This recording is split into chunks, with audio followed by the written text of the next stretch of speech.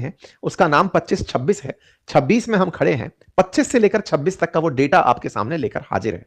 सर्वे के अंदर किन किन मुद्दों पर देश का ध्यान आकर्षित करवाया गया, ये सारी बातें हैं। क्या सर इसमें यह भी बताया गया होगा कि सरकार ने किस जगह कितना खर्च किया? हाँ, आंकड़े सारे होते हैं, लेकिन उनके साथ साथ इतनी डिटेल अकाउंटिंग नहीं होती जितनी सीएजी को दी जाती है चेक करने के लिए, क्योंकि आप और हम अकाउंट्स के विद्यार्थी नहीं कि एक एक पैमाने पर चीजों को जांच कर परख सकें।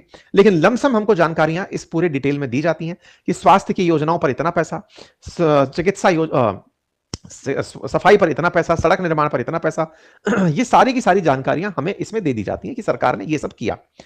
इनके जो रिजल्ट्स हैं वही हमारे देश की सही मायने में हालत बताते हैं। जैसे अर्थव्यवस्था में जानकारी दी गई इकोनॉमिक सर्वे के माध्यम से कि हमारी अर्थशास्त्र, हमारी जो देश की इकोनॉमी है उसका स्वास्थ्य बढ़िया है, देश अच्छे रूप से प्रगति कर रहा है।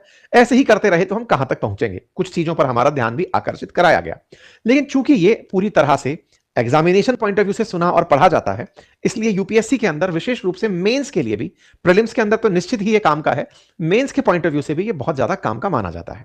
फिलहाल के लिए बात हो आर्थिक समीक्षा की, तो वो एक प्रकार का हिसाब किताब का वो सिस्टम है जिसमें सरकार आपको ग्रोथ की trajectory, state wise, sorry sector wise आपको performance, trends in infrastructure, agriculture, industry, services सब बताती है।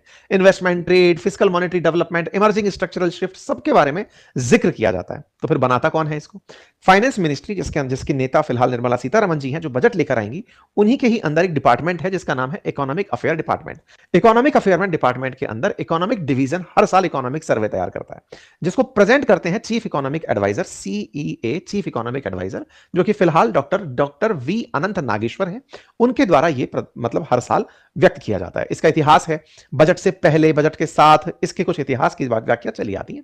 चीफ इकोनॉमिक एडवाइजर के द्वारा इसे प्रस्तुत किया गया है। ठीक है, इसमें यह सरकार को अपनी तरफ से कुछ सलाह देते भी दिखाई दे जाते हैं।